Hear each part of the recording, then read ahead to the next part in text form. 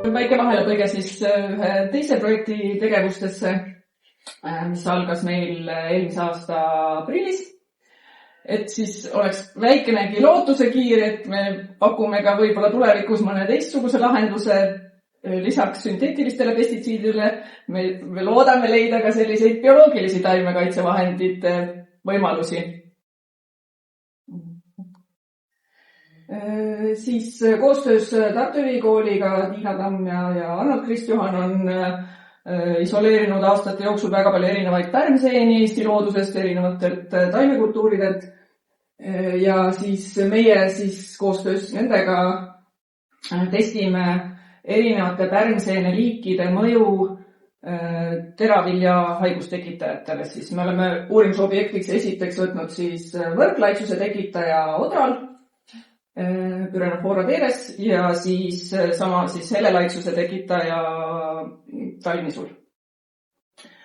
Aga hetkeseis on selline, et me oleme teinud hästi palju tetritassi peal testimisi ja testinud siis, et kuidas siis erinevad pärmseened siis takistavad patogeenide arengut. Ehk tassi peale on külvatud patogeen ja siis sinna peale on tilgutatud siis erinevaid pärmseeni isolate. Ehk siis kui siia tekib selline halo või selline tsoon, siis järelikult see pärmseen mõjub inhibeerivalt patogeenile. Ja siis me selliste sadade testimiste jooksul oleme välja selekteerinud esialgu 24 pärmseene isolaati, millega siis me liikusime edasi taimekatseid tegema. Meti Jõgeva kasvuhoones siis testime esiteks nende pärmseene liikide ja isolaatide mõju võrklaiksuse mahasurumiseks.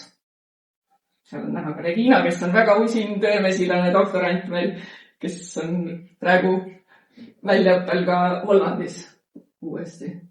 Nii, ja siis esimese aasta taimekatsete tulemused nägid välja sellised. Me tegime 2 viisi, et me puhtisime seemneid pärmseentega ja siis me pritsisime taimikut pärmseente suspensiooniga siis 2 lehe faasis. Ja siin mõlemal mõlemal graafikul on siis kasutatud samu pärmseeni, aga see järjekord on siis vastavalt sellele efektiivsusele, et mis mõjus ja mis ei mõjunud. Need on muidugi numbrilised koodid praegu siin, et niikuinii pole siin selgitust juurde vaja, et ma praegu neid liike ja isolaate ei hakka täpsemalt nimetama, aga see nullpiir on siis selline piir, mis siis oli nakatatud taim, nagu nakatatud võrklaiksusega nakatatud kontrolltaim, millega siis kõiki pärmseenega siis töödeldud taimi võrreldi omavahel. Ehk siis osad pärmseened mõjusid hoopis negatiivselt, näiteks suurendasid haiguse osakaalu. On näha need postid siin, mis allpool on. Postid, mis on ülevalpool, siis mõjusid positiivselt ja surusid haigust alla. Ehk siis sellest esialgsest valikust praegu siin on mitu posti, siin on 20 on vist selle graafiku peal, eks ju.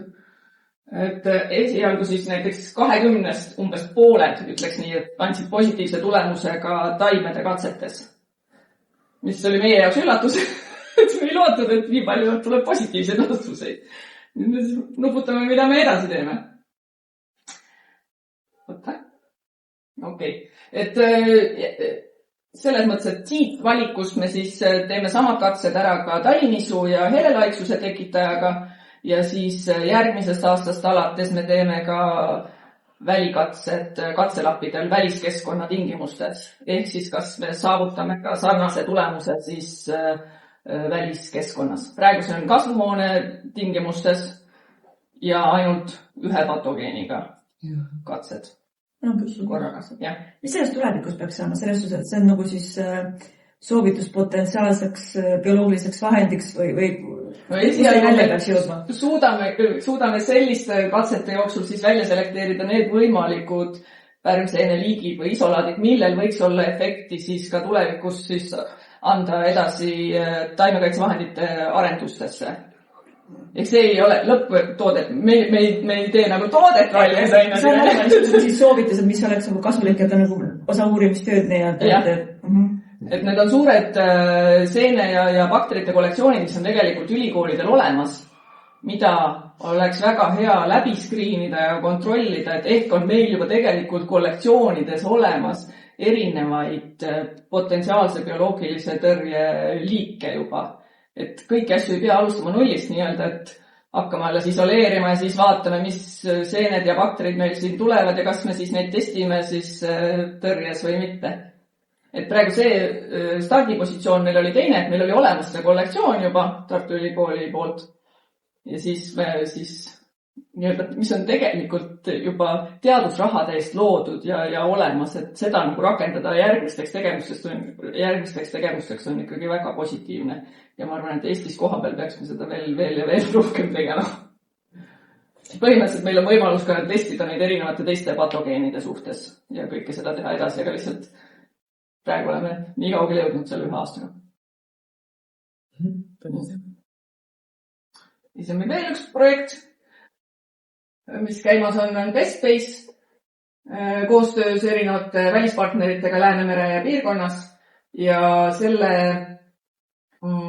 projekti raames siis luuakse siis ühtne selline süsteem erinevate riikide vahel vastavalt siis taimehaiguste pildimaterjalidele, et saaks kiiremini tuvastada taimehaigusi põllu peal, kasutades rakendusi, äppe siis taimehaiguste tuvastamiseks ja seiramiseks. Praegu on siis põlduba ja talinisu on nendes katsetes. Ja siis veel üks projekt, mis meil käimas ongi seotud siis ka fungitsiidi resistentsusega helelaiksuse populatsioonis, mis jätkub veel 2 aastat.